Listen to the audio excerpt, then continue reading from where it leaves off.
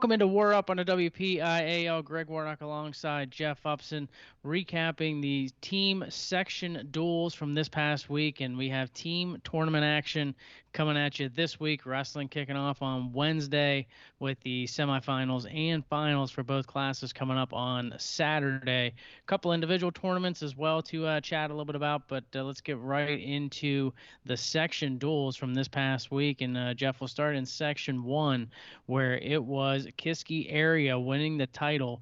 Semifinal results: Franklin Regional beating Armstrong 42-23. Kiski over Penn Trafford 59-9. Kiski area beating Franklin Regional in that championship 40-29. Armstrong over Penn Trafford 36-34. A great performance from Kiski area, winning the section title, beating Franklin Regional, and Penn Trafford wrestling a little bit flat. Yeah, I mean, I would say Penn Trafford maybe wrestled a little flat, but they had some of their guys not in the lineup that they normally would. Troy Homan being one of them. So obviously, when you have a guy that's as good as Troy, when he's not in the lineup, it's going to hurt a little bit. But Kiski area wrestled really, really tough against Franklin Regional. They got falls where they needed to. Carter Dilt, Stone Joseph both got falls, just throughout the meat of the lineup, Giordano, Klingensmith, and Bechtold all had pretty big wins. That was despite the fact Gavin Beck got a fall over Mark Gray, and Nate Stone got a tech fall over Riley Shearer. So, yeah, Kiski area really looked good. And, we said it last week that Section 1 was going to be that weird one where we're not really sure exactly who was going to show up, who was going to be in the lineup, and who was going to be healthy. So Kiski area certainly was the better team, that day.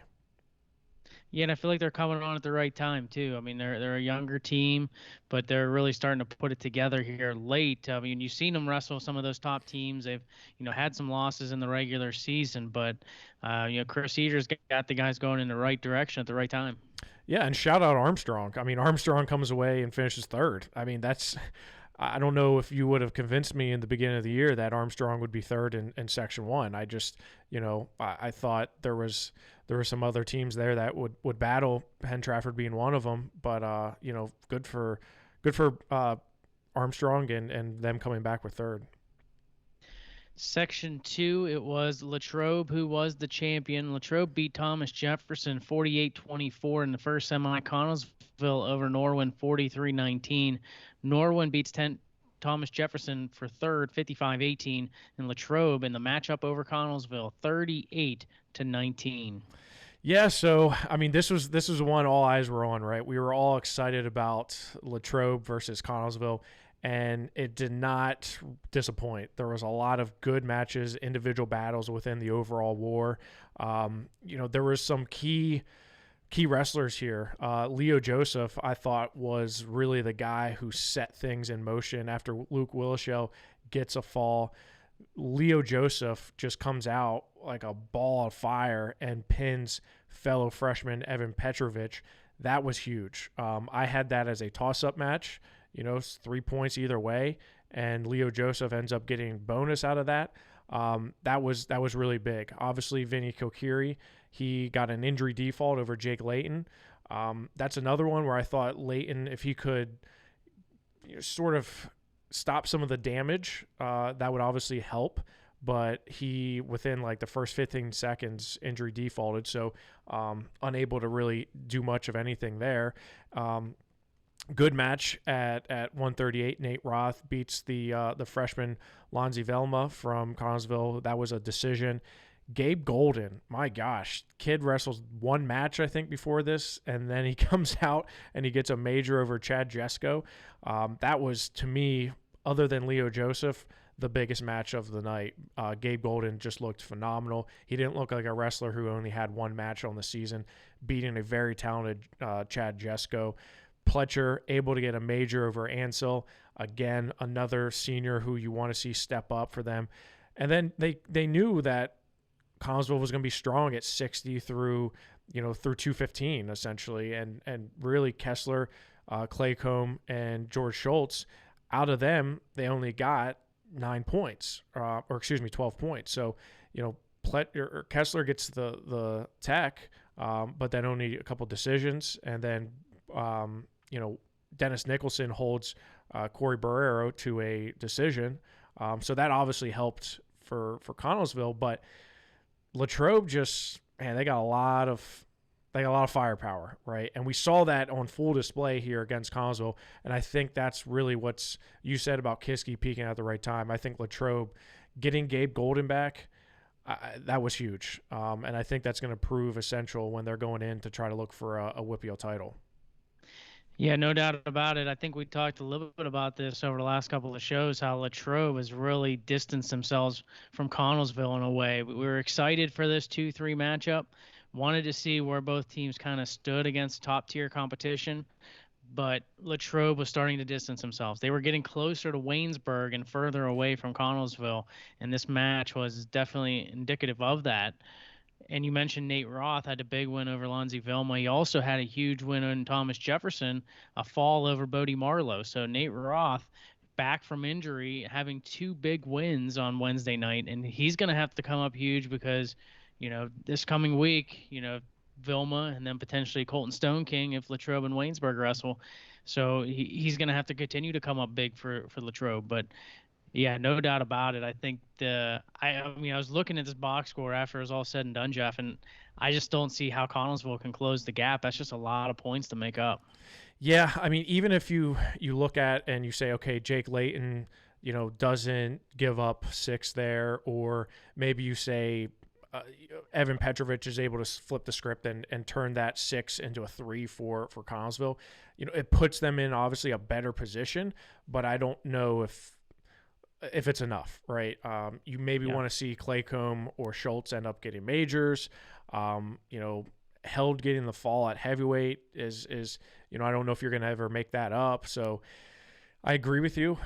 This told us a lot. This told us a lot about what is to come, and I 100% agree with you where it's Latrobe is now moving further away from Connellsville and closer to Waynesburg, and they have been, right? After what they did in Colorado to now, everything's just kind of coming together at the right time. And Nate Roth and Gabe Golden are key components to that, because Nate Roth is a guy who, when he's on, but when he's struggling, he tends to take matches and make them closer than they should, or take some losses where you're saying, how did he lose that? So with him peaking at the right time, and Gabe Golden just doing what he does and winning matches despite having the lack of experience this year, as you mentioned, against Waynesburg, Nate Roth, Gabe Golden, they're going to have to come up big, because those are going to be some big time matches that could potentially determine that dual meet. In my opinion, it's Waynesburg and Latrobe that's going to do battle for it. Yeah, at this point, no other team has really stepped up or been that close to either team. And the tournament we'll get to in a second, but I mean, it's seeded the way we expected it to go, 1, 2, 3. But 1 and 2 seem to be on a collision course for sure. You look at the Section 3 duels, and North Allegheny was your champion. They beat West Allegheny 47-14. Butler over Pine Richland 42-30. In third place, Pine Richland over West Allegheny 41-27. In the toss-up match, Jeff, we said could go either way. It was North Allegheny over Butler 33-30. And how about North Allegheny coming out and winning this? Because I think both of us, kind of said, Butler was looking really good. I think last week we both kind of predicted that Butler may end up coming out with a win, but North Allegheny just grinded out a win, right? They needed it to the last match, right? Fleener only gives up a decision to end up winning it, but Monapart gets a fall. Dylan Coy gets a fall. Sam Horton had a huge win, 9-6 over Gavin Rush, which was pretty big. And really, when I looked at it, kind of like in the previous matchup with Evan Petrovich getting pinned by Leo Joseph, I looked at this one and said Will Bentram from North Allegheny getting the fall at 113 was the key to North Allegheny end up getting that win. I think without that fall, they're obviously in a much worse position coming down the line. So Adam Rohan, having him back, having AJ Rohan back in the lineup, much like we said with Gabe Golden, that proved pretty pivotal for them to squeak out a win here.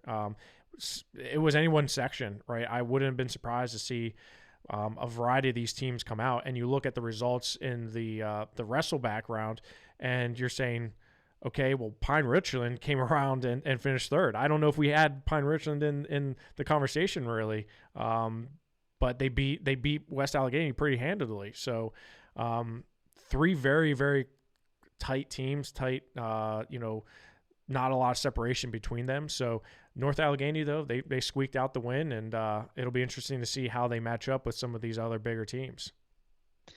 Yeah, Ty Waters or West Allegheny without Ty Waters, but yeah, even with him in the lineup doesn't make the difference. Pine Richland definitely had a strong showing. They gave North Allegheny though a really good match in the regular season. But yeah, they lost on type. They lost on criteria. They lost on criteria to them. So. And really, I mean, if you look at if North Allegheny doesn't have Rohan back, they lose that match. And like you said, a couple other things don't go their way, they lose that match. So, it just shows how competitive and how even those teams were in Section 3. But North Allegheny getting it done, and now created that conversation. We talked about who we have 1, 2, 3. I think the bigger question is who's 4, 5, and 6. And now it's playing out, right? Kiski wins their section. North Allegheny wins their section. Who should be that 4 seed? One of the teams in that conversation was Cannon-McMillan, and they had a good showing in Section 4. They come up short. Waynesburg ends up winning the title as expected, but in the semifinals, they beat Peters Township 44-21. Waynesburg over Bethel Park 62-12. The third place match, Bethel Park over Peters Township 33-30, but it was Waynesburg winning 37-24, much closer than that first score, which I believe was like a 55-10 score that Waynesburg won by. Now, Waynesburg was without Joe Simone. Kyle Szewczyk also doesn't wrestle in the match, but Cannon-McMillan was able to get a little bit closer. They got Jacob Howe back into the lineup. They didn't have him in the lineup the first time. So a little bit closer, but at the end, this was probably Cannon-McMillan's best showing against Waynesburg. Yeah, and, after that first match, Kyle Szewczyk, coach of Waynesburg, did say, he said, he went back to the team and said, that is not the indicative of the caliber of Cannon-Mac. That don't let that score fool you, right? And I think that showed this next time around, and clearly them without two pretty key components to that lineup certainly showed, right? But I thought Cannon-Mac wrestled well. I mean, Ashton Slavic had a good win over Jake Stevenson. Gianmarco Ramos had a good win over Nate Kirby. So those are guys that you need to have show up, right? Jacob Halp gets a fall. Now, normally that would be Simone there. They got forfeits at 6 and 13. So you look at how the matchup is. I agree. This is probably the closest that Cannon-Mac's going to be able to get to Waynesburg. But I'm not mad at where they're seated, right? I kind of thought that the committee got it almost perfect, if not perfect, when they looked at the seating. The WPIAL does it right, and I think we're spoiled out here because obviously we cover the entire state, and I can tell you most other districts, they don't have anything like that in place. In fact, there's one district, I'm not going to say who, but it's on our Twitter page. You can see one of their criteria is a coin flip. I'm not lying to you, a coin flip. Now, it's down there on the criteria, but it's literally a coin flip. So we're talking about some archaic, very, and then you have some that use algorithms that are just, they don't work. All you need is humans. All you need is people that know wrestling, that are familiar with it, that are unbiased, or at least they're able to check their biases and able to do it. And the WPIAL Wrestling Committee got it right. Yeah, Waynesburg, Cannon-Mac, kind of what we expected, but the big question now is Waynesburg and Latrobe, man, because that's to me is those are two clear. They're in a different tier, right? They're in a different tier from these other teams. That's no disrespect to the other teams, but these two are just on a collision course. They kind of have been, but it's been really solidified over the last couple of weeks. A couple of quick things. I actually was at the Peters Township for Section 4. A couple of wrestlers I just wanted to mention. You mentioned Gianmarco Ramos had a big win. He looked really good to me. I thought he was wrestling really well. He was quick, strong.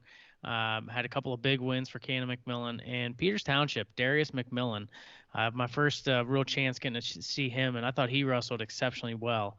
So just a couple of guys to kind of watch out for as we head into the postseason. But you talked about the team bracket, and at the top is Waynesburg, Latrobe 2, Connellsville 3, Cannon McMillan number 4, North Allegheny 5, Kiski area 6. So you see the two runner-ups over the two section champs, which I think, obviously we talked about 1, 2, and 3 were set essentially going into the section duels. That question was who's going to get 4, and why it's important is because you get to host. You get to have the top 4 seeds host. You could have made the argument for North Allegheny. I believe Cannon McMillan has a win over Kiski, so it's either going to be North Allegheny or Cannon McMillan. But the way Cannon McMillan wrestled against Waynesburg, I don't think there's a problem with Cannon McMillan having that 4 spot. Butler ends up being the 7, Franklin Regional the 8. But I agree with you, Jeff. I think this is seeded top 8 the way it should have played out. Yeah, 100%. I think so, and I think Cannon Max had a really good year, and they obviously being at the Connellsville duels, they got to see some of these top teams, and it's just they're the better team, right? And just because they're in the same section as the defending state champions, doesn't mean that they shouldn't be considered for the top 4 positions, right? And again, no disrespect to section winners Kiski or North Allegheny, but that's just a fact, right? Cannon Mac beat Kiski area head to head. That's a no-brainer, right? What I really like about it is it sets it up so we could have a potential rematch with Waynesburg and Cannon Mac, but it puts North Allegheny in that position where now you get to wrestle Cannon Mac head to head to have that determining, okay, let's see how good you are, and you won a section. Now you get the runner-ups, and yeah, it's hosted at Cannon Mac, but I think that's a good little quadrant there at Cannon Mac with North Allegheny, Bethel Park, West Allegheny, and Cannon Mac. This is a good test for all these teams here, but I think Cannon Mac comes out from that, and obviously I think Waynesburg comes out from that, that top quadrant as well. I'm looking at individual matchups, obviously, and Maddox Shaw, right? That's a guy who, boy, I'd love to see him and Mac Church go at it at 32. Obviously the fan in me wants to see that match happen. Not sure where Maddox is going to be weight-wise. He's been up at 32 for a little bit, hasn't wrestled at 26 other than the Power 8 tournament. So I know they're kind of keeping an eye on his weight and his weigh-ins, but that would be a one hell of a match for sure. I like the bottom half a lot because, again, you kind of set it up to say, all right, here you are, Kiski and Connellsville. You can get a rematch here, against Connellsville, and then on the bottom half, Latrobe, they get the nod here, and they have Penn Trafford, but they have Butler and Armstrong there. So I think it sets it up because ultimately the committee's goal is to get the 4 best teams to Saturday. And I think this allows for that to happen because you put North Allegheny versus Cannon Mac on that top half to allow them to wrestle head to head to figure out if they're, because the top 3 are, like you said, they're pretty much set, right? So having that 4th spot be between North Allegheny and Cannon Mac, I think is perfect. Do you think any of the top 8 teams get upset at all?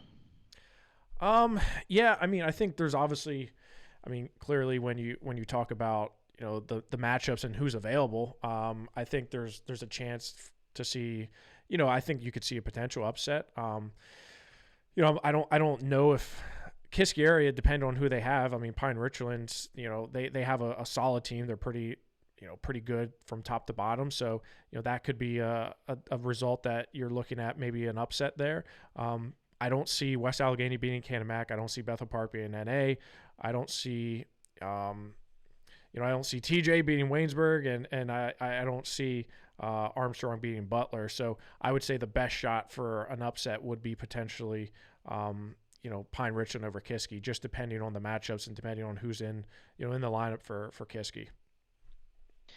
I would agree with that, and obviously, and correct me if I'm wrong. Now we take top 4 go to the state tournament from AAA, or is it still top 3? Still top 3.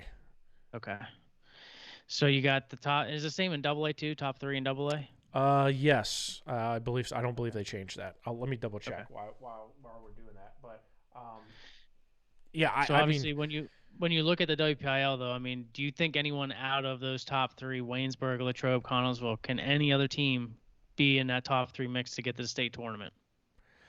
uh, I don't. I mean, I hate to be morbid about it, but I don't see. I don't see that happening. I don't see how they're going to be able to get outside of those three, the big three, as we talked about. I can't see how they get anybody else in. And I was wrong. I stand corrected. There are 4 teams from District 7 in AAA that make it. I believe you That's just what asked me. that's what I thought. Yeah. I thought there was a change. Yeah. So the change was now the 7-3 goes against 8-1, but the 7-4 goes against 3-3. So they expanded those brackets to get 4 from District 1, 4 from District 3, and 4 from District 7, as opposed to 3 from District 7 and then 4 from 1 and 3 from 3. So they did expand it. So 4 will make it there. So I mean, again, that's a preliminary round. So like the 7-3 has to beat the 8-1 and the 7-4 has to beat the 3-3 to make it to Hershey, right? But you still technically, I would consider you a state qualifier if you make that Monday round matchup. So technically, 4 go to the state tournament. Yeah, I mean, obviously, usually the three always does. They're wrestling the city league, which is not able to compete at the level of the WPIL has it as far as their top class. But yeah, it should be a good one with the District 3 third place finisher for the fourth place Yeah, team. especially because District 3 is down this year for sure. I mean, I'm pretty well in tune to what's going on in District 3, and they're just, they're not the District 3 that we're probably used to seeing. The Cumberland Valleys, the Central Dolphins just aren't the top tier that we've seen of years past. So it would not surprise me if that 4th team from the WPIAL ends up making it to Thursday. So I love it. I love that they've expanded it because I think it's better for the state. It's better for to have more teams there, like the teams from the WPIAL, and allow them a chance to get to Thursday. So I'm excited to see, because really the top 3, like we said, we kind of already assume we know who that's going to be, but that Canon-Mac North Allegheny match, that's huge now. That's potentially a match to go to the state tournament, 1, and 2 to make it to Hershey on Thursday. So that to me is the best chance you're going to have to get some of these guys to wrestle in the Giant Center. I mean, from a personal experience, making it to the team state tournament and wrestling in the Giant Center was the pinnacle of my career, because I didn't make it there as an individual. So I love the fact that some of these guys that may not make it as individuals are going to have that opportunity to potentially wrestle, in the Giant Center in Hershey. So yeah, that could be a huge match. That North Allegheny Canon-Mac match, should it happen, I think could determine who ends up making it to Hershey potentially. So, by the sounds of it, you like Connellsville as a 3, Cannon McMillan as the 4. I believe that's the choice I think I heard you make, Jeff. Who's the champion? Yeah, you're gonna put me on the spot. Boy, that's. I'm wearing a Waynesburg shirt, so I would feel weird not picking Waynesburg. But yeah, I don't. Let me say this. It's going to be damn close. It's going to be close. So the 2 questions I have are, how healthy is Waynesburg, right? Are Simone and Szewczyk going to be in the lineup, and what level are they going to be in the lineup, right? And 2, are we going to see any maneuvering of weight classes? Are we going to see guys bumped around? Because neither one of these teams really does a whole heck of a lot of bumping. Latrobe does virtually no. Well, they do at 26 and 32. Outside of that, they really don't do a whole heck of a lot of bumping. When you look at Waynesburg, they just don't have the reserves that they have maybe in years past, so they really don't do a ton of bumping either. Much like Canon-Mac, North Allegheny, Kiski, they kind of all fluctuate their lineups. So one, the starting weight is huge, in my opinion, to see the matchups and see who you're gonna get on who. But also, you look at like Fatoris, like, okay, is he gonna get on Braun, or is he gonna have somebody else like Angelico, because that to me is a difference of if you're going to expect to get 4, maybe 5, and Stone King and Roth, are you going to go head to head? Because if you do, which I think you should, you're basically saying, okay, winner of this match here could potentially win the duel, because I think it's going to be that close that if Stone King's able to beat Roth, Waynesburg's in a much, much better position. Another key battle, I think, at the top is Noah Tustin at heavyweight and Wyatt Held from Latrobe, because we saw Wyatt Held in Colorado do a walk-off fall to beat the number 21 team or 20 whatever team in the nation. Noah Tustin has that ability to be kind of a superhero and get a fall over Held and propel Latrobe to a victory.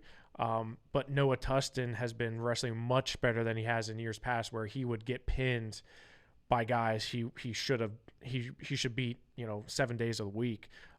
So that to me is a really big matchup. I think Makel and Corey Barrero is also a big time matchup there. It's I've done the matchups probably throughout the season 10 to 12 times, and I did it a few times leading up to the show tonight to kind of wrap my head around it. And at 6, Waynesburg's not going to have anything, right?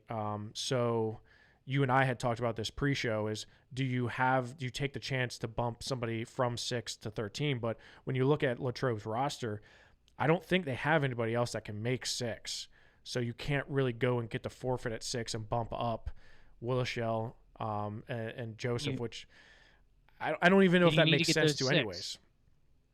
You have to get those 6 from at 106. I know it's wasting Willishell, but you have to get them. I don't know if it's considered. I don't even know if it's wasting Willishell. But you're right. You have to guarantee the 6 at 6, right?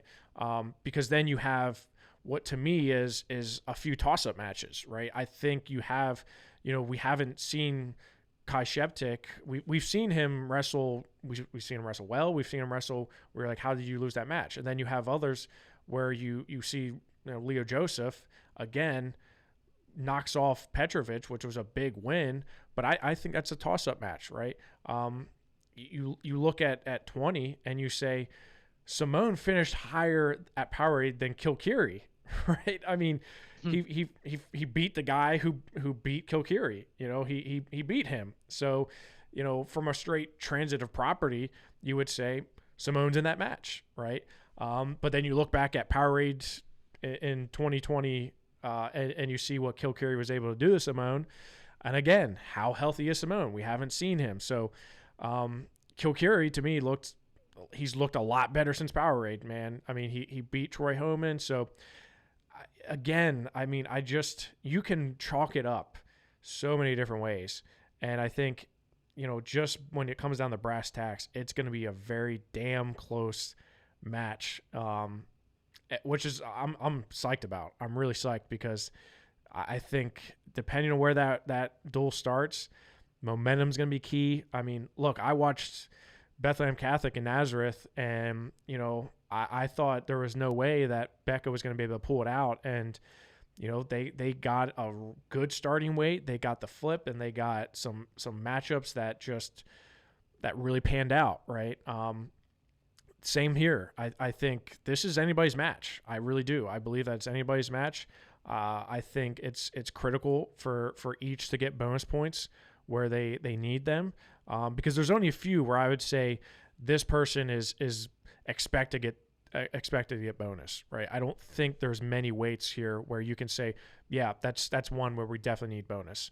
And you look at it throughout the lineup. Obviously, a guy like Mac Church is expected to get bonus points. And someone like Rocco Welsh, you're expected to get bonus points. But there's some other weights here that are just, Nate Jones at 45. He beat Tyler Soule, who's pretty tough, but who's he gonna get, right? I mean, there's a lot of factors here, and in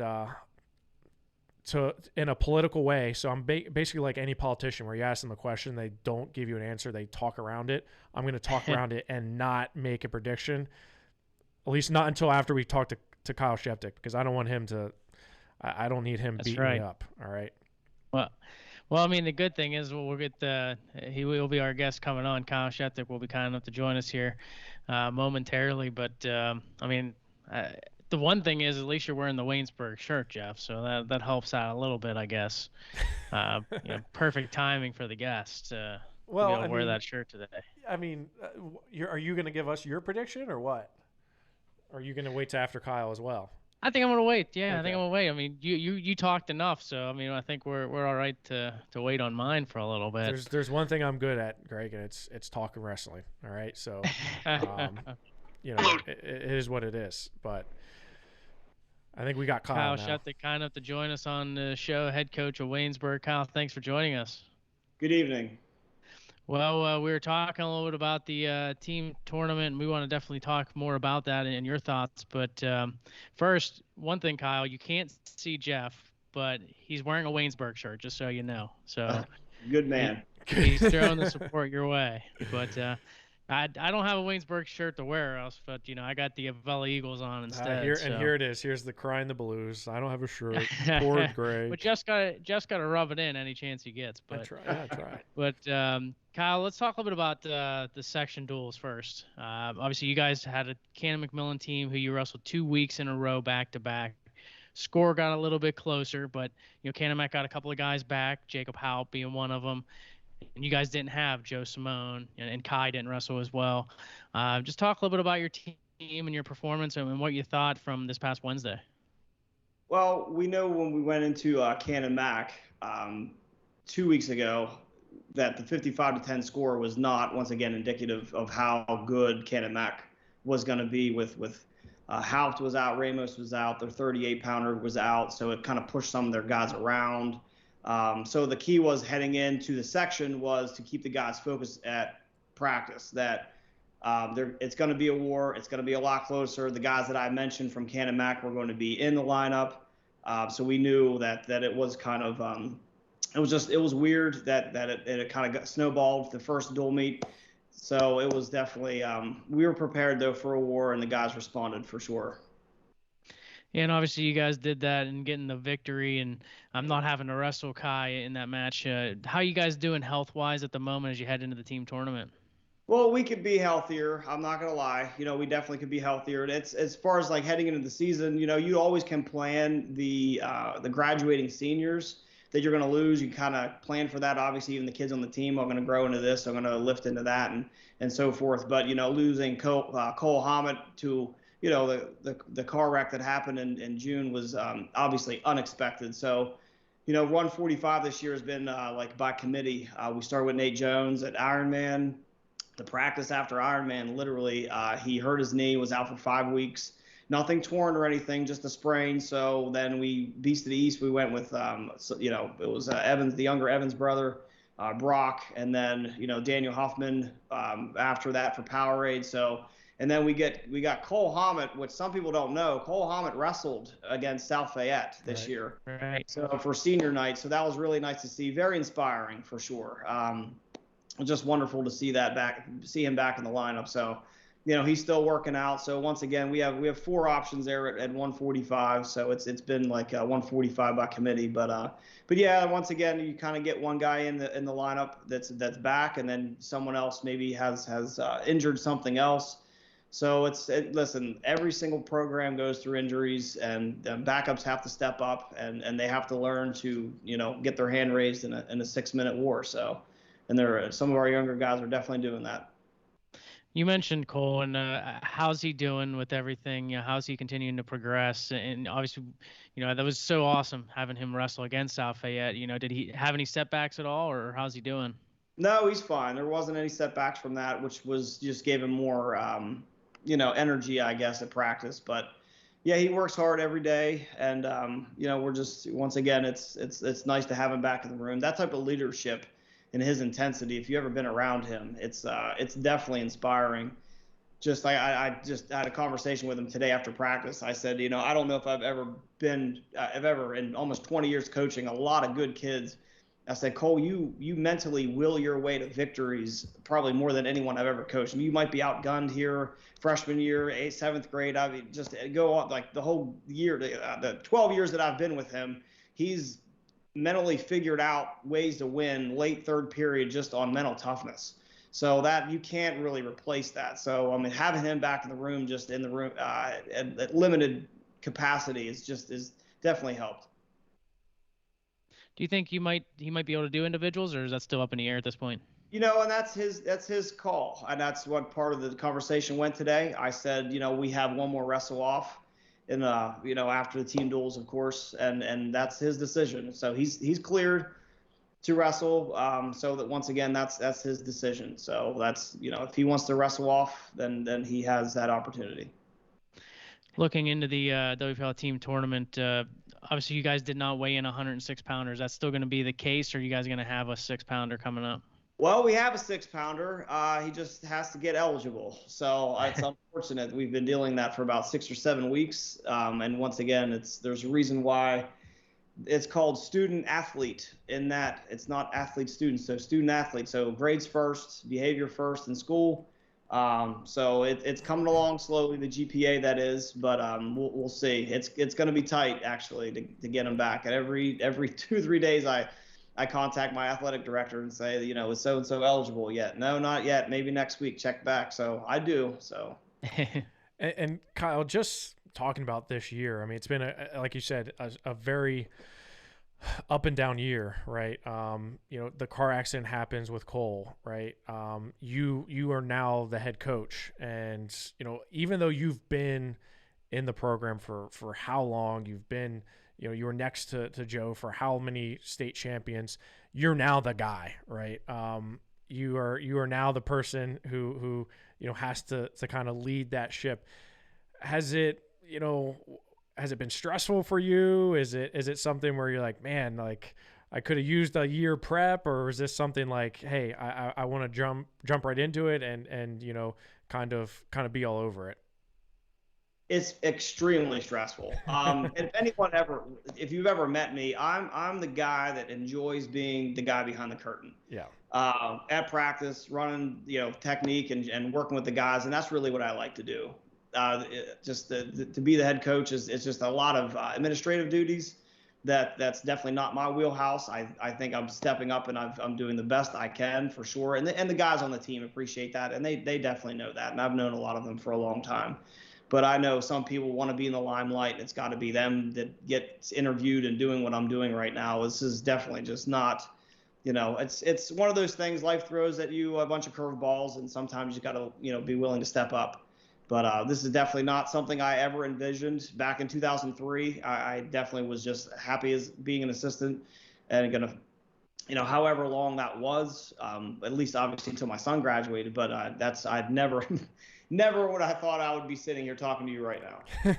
Well, I mean, that's okay. We talk all the time, Kyle. So I feel like we might as well make it public that we chat about wrestling, right? And you've been with this group of guys, and same with the other guys that just graduated, and you've kind of been with them for almost their whole lives, majority of their lives. So I'm sure that makes it easier because you've seen these kids grow up, basically, traveling around the country. And, just, I can remember years ago, you telling me about so-and-so, hey, keep an eye out on Luca Augustine. I'm telling you, this guy's going to be good. Right. Cole Hammett, same thing, younger brother from, he's going to be just as good, if not better than his brother. And you've been there for so long that, I'm sure that makes the transition to head coach a little bit easier.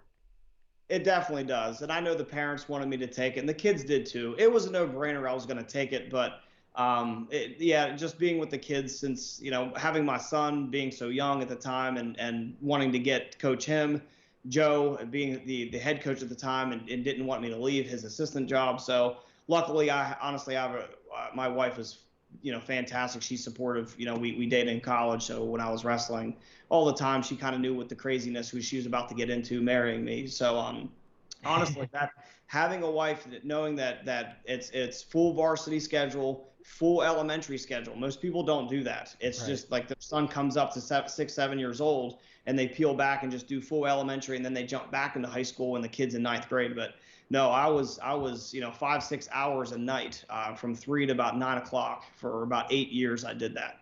And then, youth tournaments in the winter was Sunday only because Friday, Saturday I was booked with varsity.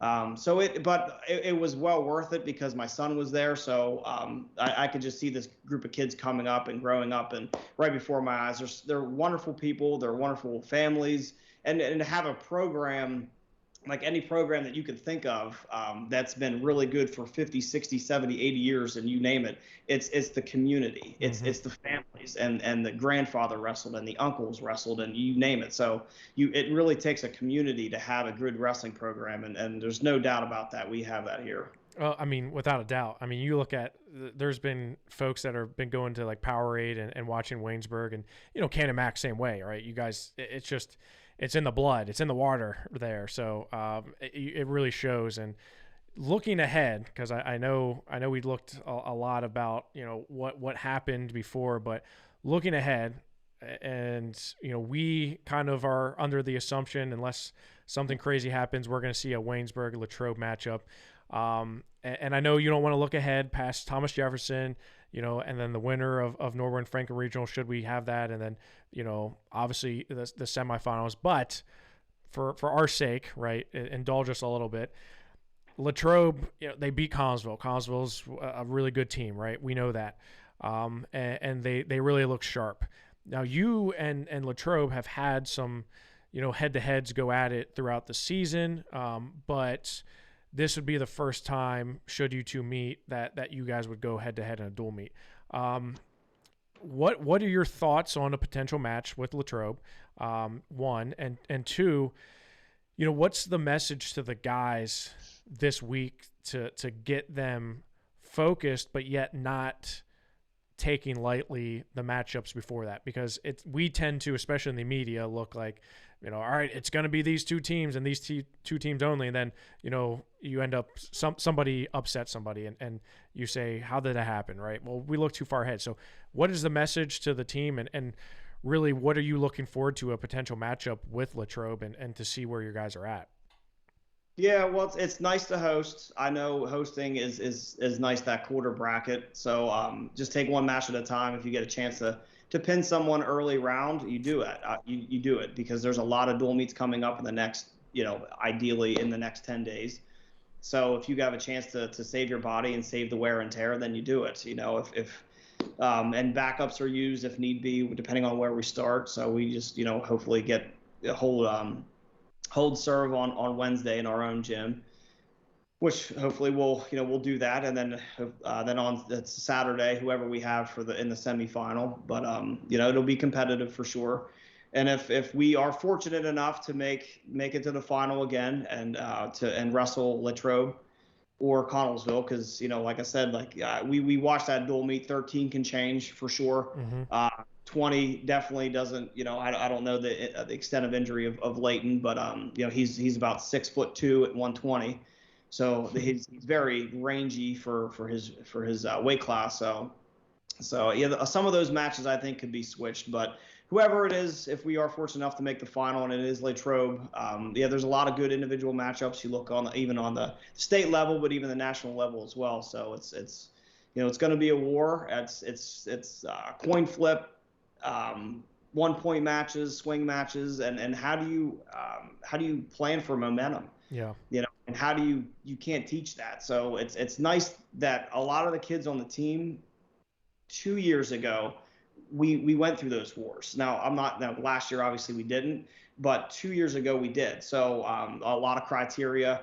We beat Cannon Mac barely 2 years ago in criteria, like the 8th, 10th criteria. We barely beat Henfield in the semi. That the matchups were insane that we pulled out of that semi, and then we had to get a pin the last match of the night to upset Seneca Valley in the finals, and then snap our fingers later we're in the state finals. So I'm saying is there was a stretch of 7-8 duels there where we barely won it late. So this team definitely knows how to win late, how to save team points, how to get them. So I think whatever team can pull off the 4 or 5 swing matches, if there's 5 of them, whoever wins 3 is going to win the duel. For sure. And I liked what you said about holding serve coming up through. And, I've done this matchup at least a dozen times this season, but it's changed almost every time in terms of who is in the lineup, right?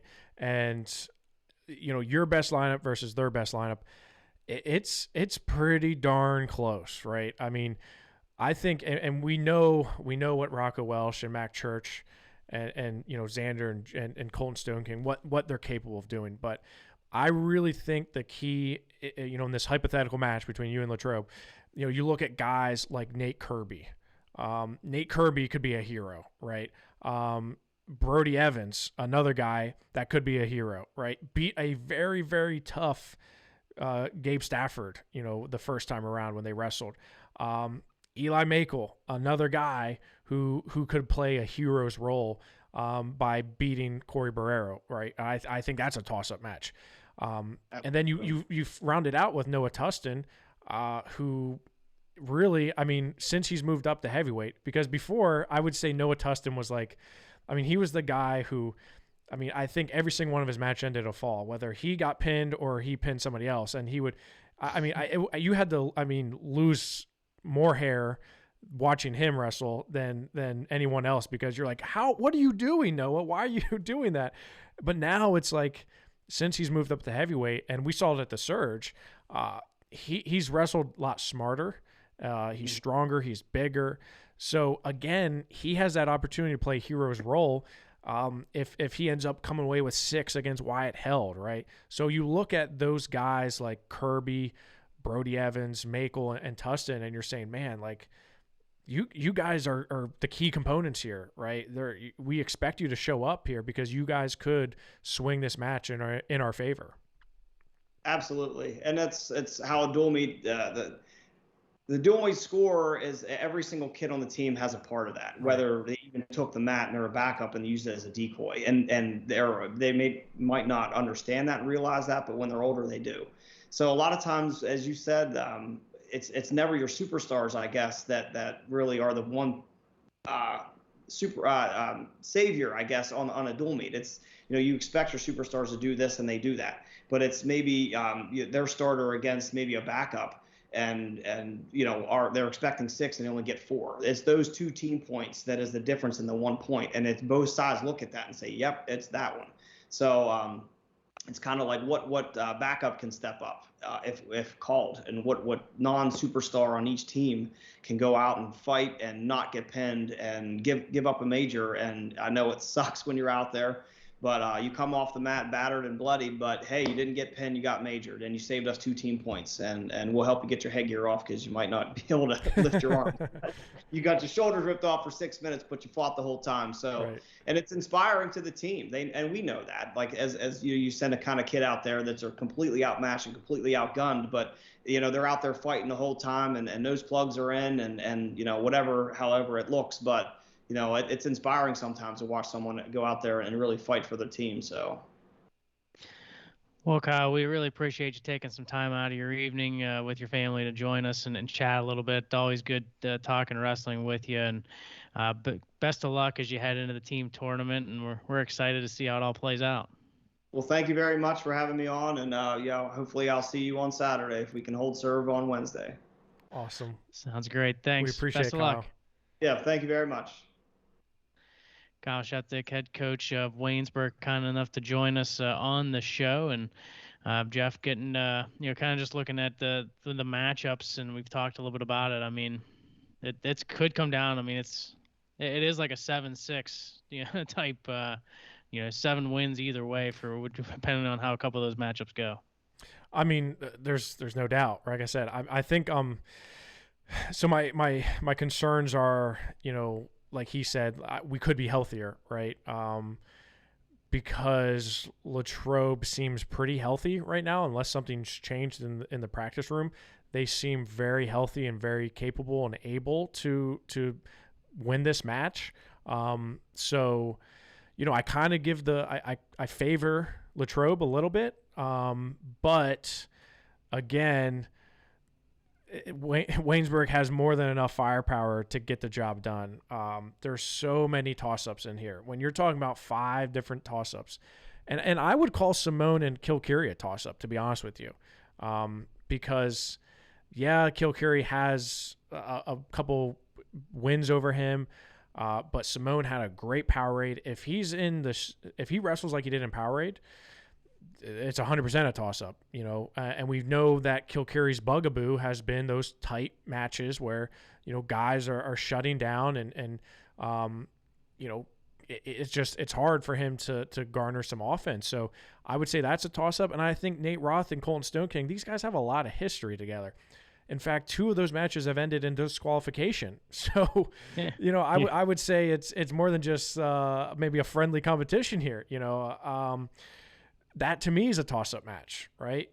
So it's really hard to say. The one thing that we know for sure though, Latrobe's going to have they're going to have a full lineup, right? So that to me is a tick in their box of saying chances of winning are higher there, right?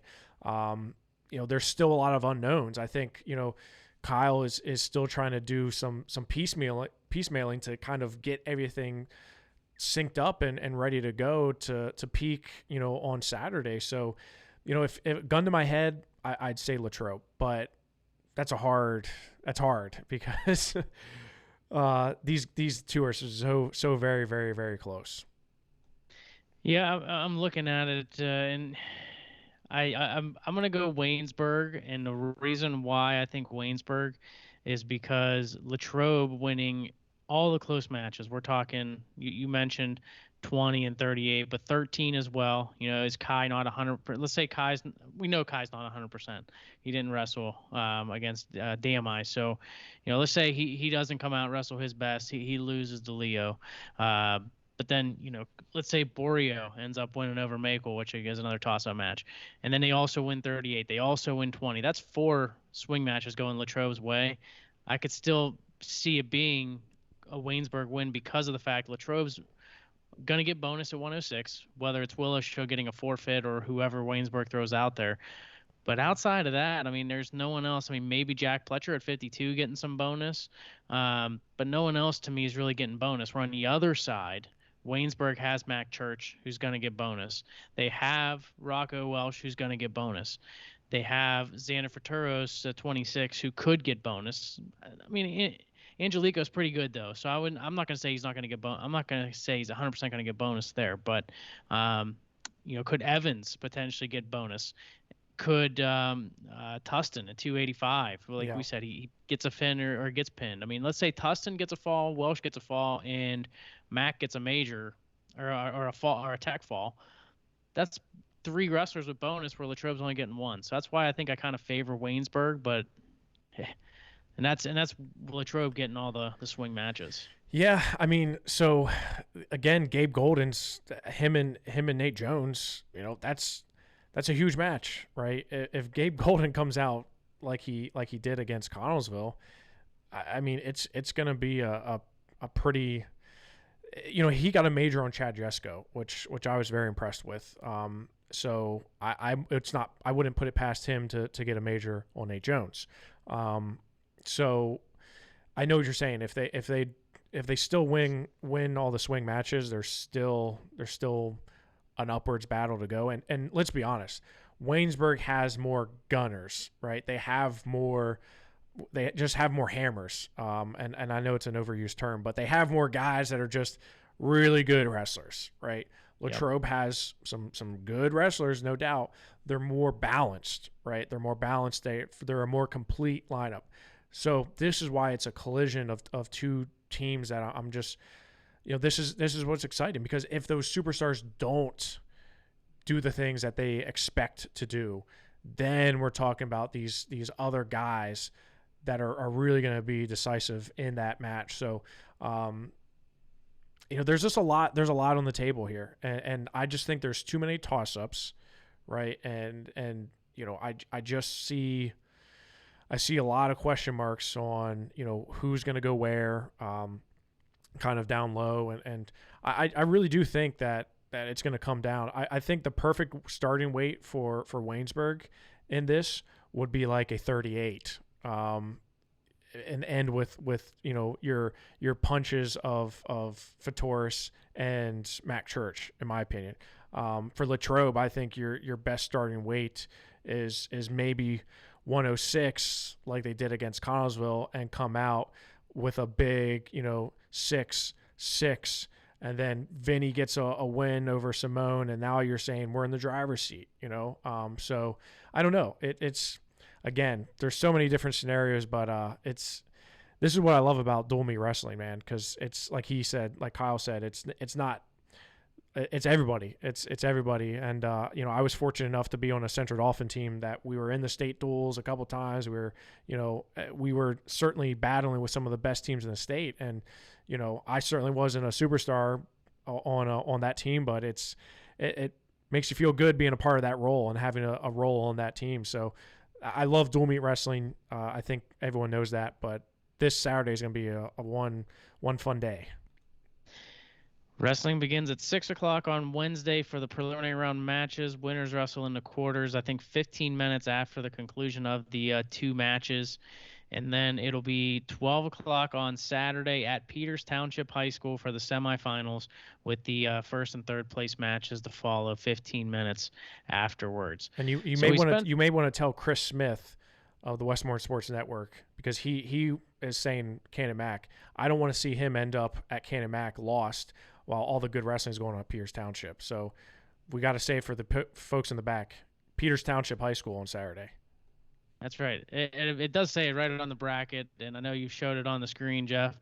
But Chris, especially if you're listening, make sure Peters Township, 12 o'clock on Saturday. Let's switch gears now to Double A. We spent a lot of time on Triple A, but there was some good Double A action as well, Jeff, over this past week. And you look at Section 1, Burgestown was your champion. They beat Jefferson Morgan 56-18, Best Center over Fort Cherry 54-18. Fort Cherry for third place, 33-28 over Jefferson Morgan, and Burgestown gets the title 34-23 over Best Center. Yeah, I mean, I don't say we're surprised by that, right? You look at that matchup with Best Center and you say, well, it's only an 11-point win, but I'm pretty high on Best Center too. So Burgestown, there was a couple of swing matches there. Kyle McCullum beats Joey Senapal at 32, which I think can go either way. And then of course you got forfeits at 52 and 60.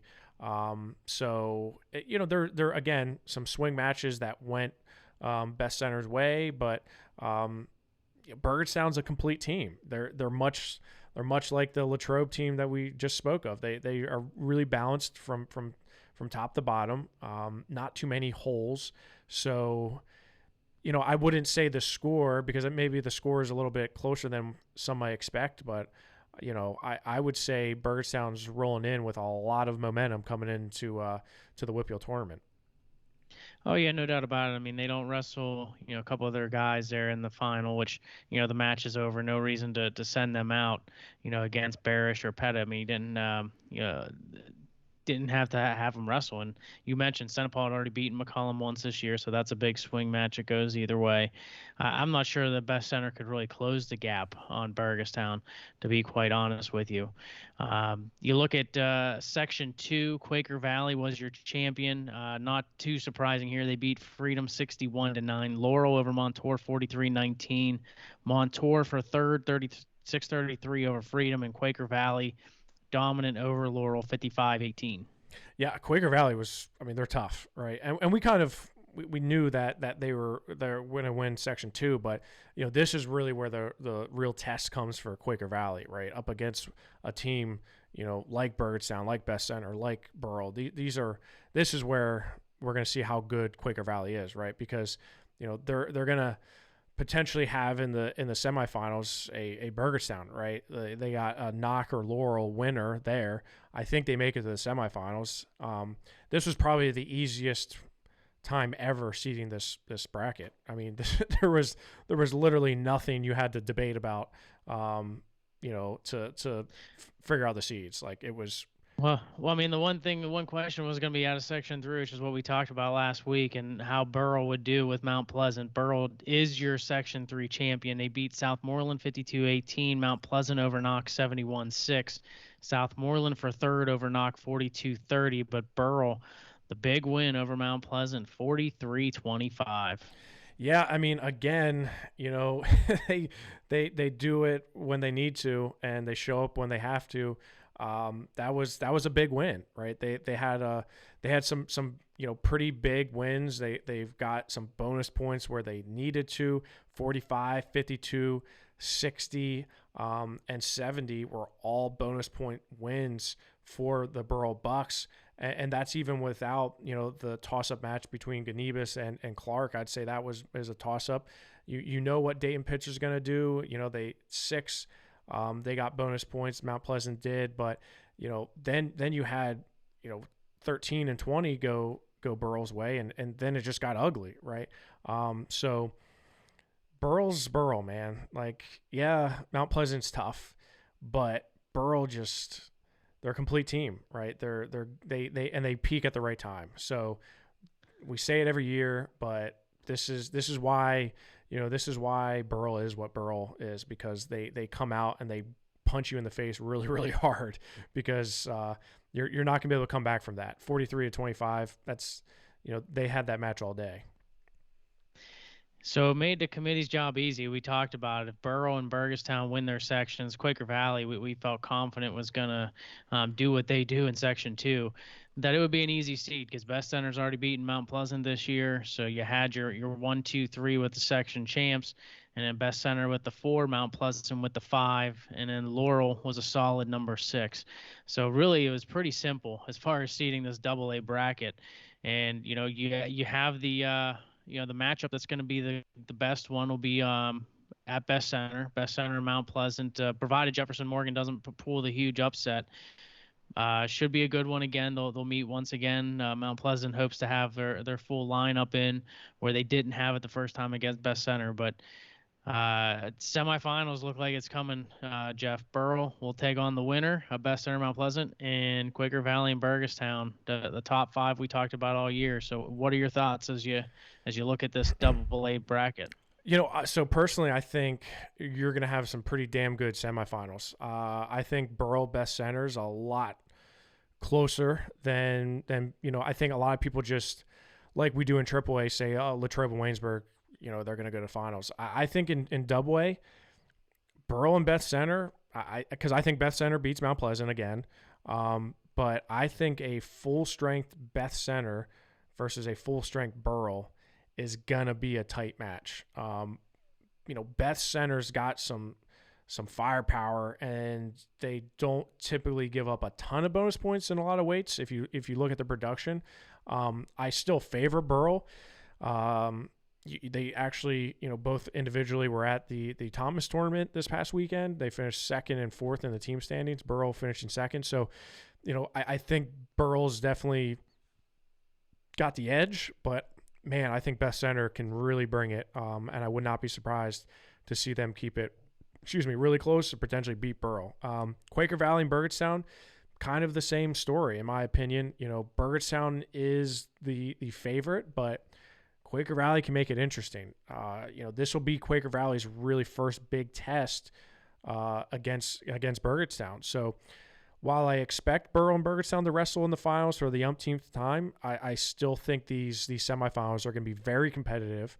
I really do believe that a few matches go one way, and it could spell trouble for the top and second seeds. Yeah, no, I mean, I think you're right on the money as far as it's going to be entertaining semifinal matchups. Burgestown Quaker Valley is going to be close. I do think Burrell probably has that slight edge over Best Center because they have the more complete lineup, but kind of like almost like you mentioned with Latrobe, the complete lineup, maybe not quite the amount of hammers that they've had in the past. Obviously Cooper Hornack, obviously a huge hammer for them, but to me though, at the end of the day, it seems like from last year to this year, it seemed like these two teams were going to be coming back for a rematch, Burrell and Burgestown. And last year I thought Burgestown had a chance to win it, going up even into that day of, and a couple of matches go their way. It's a lot closer than what the score indicated. But boy, to me, I don't see how it's not Burrell and Burgestown in the final.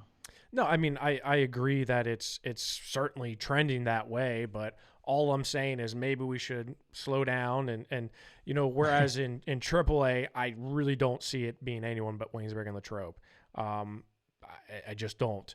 In AA, I'm less apt to say it's definitely Burgestown and Burrell. I just think that depending on a few matchups, because I mean, Burrow's piecemealed together too. I mean, they're just kind of taped up and strung together, and they're one bad match or one kid goes down and you're in trouble potentially, right? So all I'm saying is Beth Center could make it interesting. Quaker Valley, I mean, if I'm looking at it, I think Burgettstown has the easier route to the finals, as opposed to I would rather be on the bottom with Quaker Valley than be at the top with Beth Center, Mount Pleasant, and Burrell. So again, yes, I expect Burrell and Burgettstown, but all I'm saying is slow down. And I'll put you on the spot, since you put me on the spot for AAA. Should it be Burrell and Burgettstown, who wins?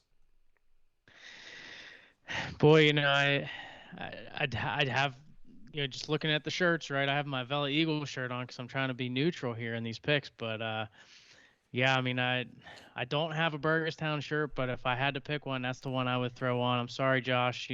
Love Josh Shields and the Burrells family, and obviously they hooked us up with shirts last year, Jeff, and love talking to them year after year. But I think this is the year that Burgettstown they just have a complete team. There's just not one.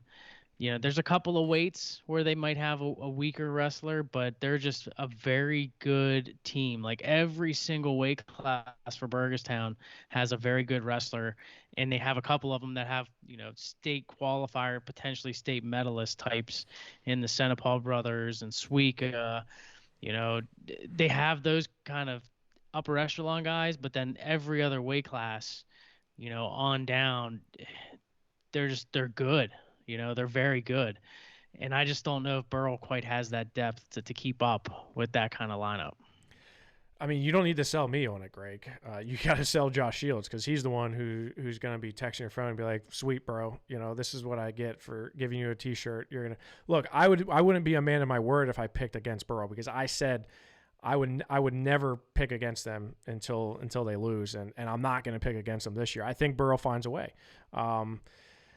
It's going to be close. Man, it's going to be close. But I really do believe that Burgettstown on paper probably should win. But I thought the same thing last year, too. I thought the same thing last year, where Burgettstown, could have pulled it out. They probably should have pulled it out had things gone their way. And I don't know, man. Burrell finds a way. So why would they not find a way this year? What's different this year than last year? Because I think we're in the same kind of predicament than we were last year. So I'm going with Burrell. Who do you like for third? I want to say Beth Center, but I'm not sold on. I'm going to say Beth Center, but that's only because Quaker Valley is like they're a more complete team in terms of hammers, but where they're not good, they're not good. So I would say Beth Center, as long as they're healthy, they should come back for third. So I'll say Burrell, Burgettstown, Beth Center, 1, 2, 3. Okay, I'm gonna go Quaker Valley. I think they got depth. And like you said, they have a couple hammers. But to me, I just it's another close one. I mean, all four of these teams, and even throw Mount Pleasant in the mix, all five they're very close. It just depends who shows up on each given day. But yeah, I mean, to me, I think Quaker Valley just has the little bit more depth to get it done against Beth Center. Beth Center's got those hammers like you mentioned, but I don't know if they have enough to make it happen. We'll see. I guess that's why we wrestle the matches. But the AA, the 4 sites on Wednesday are Burrell, Beth Center, Quaker Valley, and Burgettstown. Saturday, it's at Chartiers Houston at 12 o'clock, with the first and third place matches happening 15 minutes afterwards. So that's what we got going for team action, Jeff, and should be a lot of fun. I mean, it's always a lot of fun, and you just look at the bracket here, and I think the committee got it 100% right, and you get a buy into that first round should you be the top seed like Burrell, Beth Center, Quaker Valley, and Burgettstown. So Chartiers Houston's gonna be popping. There's gonna be a lot of good action going on there. Same with Peters Township. There's gonna be a lot of good wrestling between all these schools everyone's chasing Burrell, but this could be the year. You're right. When you look at a couple of individual tournaments real quick, Jeff, I know people are probably sick of hearing us for how long the show's been going on, but it's just so much fun to talk about this stuff. 3 tournaments, just not a lot of WPIAL wrestling going on this past weekend individual-wise, but the Ultimate Warrior tournament where you were at, obviously we had it here on PA Power Wrestling and on Rockfin for the live stream, but Bentworth was the one team that wrestled there, had a couple of guys that did well. Yeah, I mean, Chris Fargo was the leader of that pack, and he dropped a very, very close match with Cohen Bainey. I know the Bentworth coaches were not happy about that ending, and you can catch that match on Rockfin. I'll tell you what, man, the Ultimate Warrior tournament was a hell of a lot of fun. There was some damn good wrestling. There was the finals, like, there was no snoozers, man. There was a lot of good wrestling, and Cohen Bainey and Chris Fargo went at it. We got to see a couple other upsets, and it was a lot of fun. But Chris Fargo and Cohen Bainey are now split 2-2, so there's a good chance we see that a few more times this postseason. And I believe Vitaly Daniels as well also medaled at the tournament for Bentworth as well. The Thomas Automotive Tournament, you mentioned that one where Burrell and Best Center had a chance to wrestle. Wes Green was there as well. Calio Zanilla of Burrell finished in 3rd place at 113. He beat Seth Burns of West Green for 3rd and 4th with a 5-4 decision. Cooper Hornack finished in 2nd place. He lost to Gavin Bradley of Athens by major decision. Davis Stepp of Best Center in that same weight finished in 5th place. As far as Nico Farah of Burrell, he finishes in 5th place at 132. In 2nd place in that same weight, Kyle McCullum of Best Center. He dropped an 8-2 decision over Callum Bowman of Chestnut Ridge. Before I go further, Jeff, you want thoughts on any of those ones? Yeah, I mean, McCullum has been tested a lot this year, and I think that was a good match for him with Callum Bowman. I mean, Bowman's a guy who, was a state runner-up a few years back, and now he's trying to kind of solidify himself back as a threat. So having that win over McCullum's a good one for him. Tyler Barish continues to do Tyler Barish things and finish ahead of Carter Rude from Athens, who I'm a fan of, and Jack Moyer from Chestnut Ridge. So, Tyler Barish is kind of a guy that maybe doesn't get as much ink as he should, but he had a really good weekend. So, overall, Burrell, they wrestled well, but they're not focused on the Thomas tournament. They're focused on Saturday at Char Valley, or Char Houston. So, I know this was just kind of a stepping stone to that. Yeah, a couple other guys. Isaac Lasinski of Burrell, how about a 3rd place finish? He beat Ryan Harbert of Ligonier Valley for 3rd place at 138. Big win for him. Also, Tyler Debnar of Best Center finishes in 5th place at 145. Also at 145, Sean Szymanski of Burrell finishing in 2nd. Tyler Barish wins a title for Best Center at 152. Trevor Pettit, 160, finishes in 3rd place for Best Center. Jacob Lehue of Best Center finishes 5th at 172. Cole Clark of Burrell finishes in 5th at 189, and Luke Bolin of Burrell finishes 3rd at 215. So a number of guys getting on the podium for both teams. Yeah, I mean, it's kind of what we expected. We expected both these guys. I mean, no one was going to push Chestnut Ridge, but Best Center and Burrell obviously came to wrestle. And then the other tournament, the Fred Bell Wrestling Tournament from this past weekend, I mentioned Darius McMillan of Peters Township, was impressed by him. He ends up winning a title at 113. He beat Colin Bartley of Laurel by major decision in the final. Yeah, I tell you what, he looked really good. I mean, it wasn't the deepest bracket by any stretch, but, obviously a guy like Bartley's is no slouch. So, Darius is going to be one of those guys who's in the mix at 13 this year. I mean, depending on who's healthy and who comes out of what section, he's going to be in the mix for sure come the postseason. I was also impressed with Anthony Ferraro. He got a pretty nice win over Gunnar Gage from Cambridge Springs, beat him 13-5.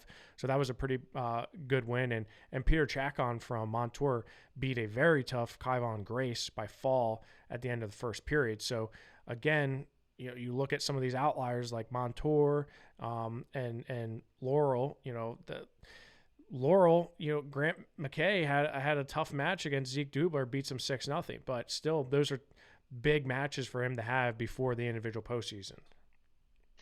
He also had Logan Hoffman of Bell Vernon back into the lineup at 172. He finished in second place, and Jaden Resch of Hampton finished in second place at 189 pounds. Philip Nave of Peters Township, he finished second at 215. So definitely some good performances individually from the Fred Bell tournament from the WPIAL. Yeah, no doubt. Cole Doppelhauer also had a really good performance at 132. He finishes third, beats Jack Martinick from Cochranton from 8-3. So I thought that was a pretty good match for him.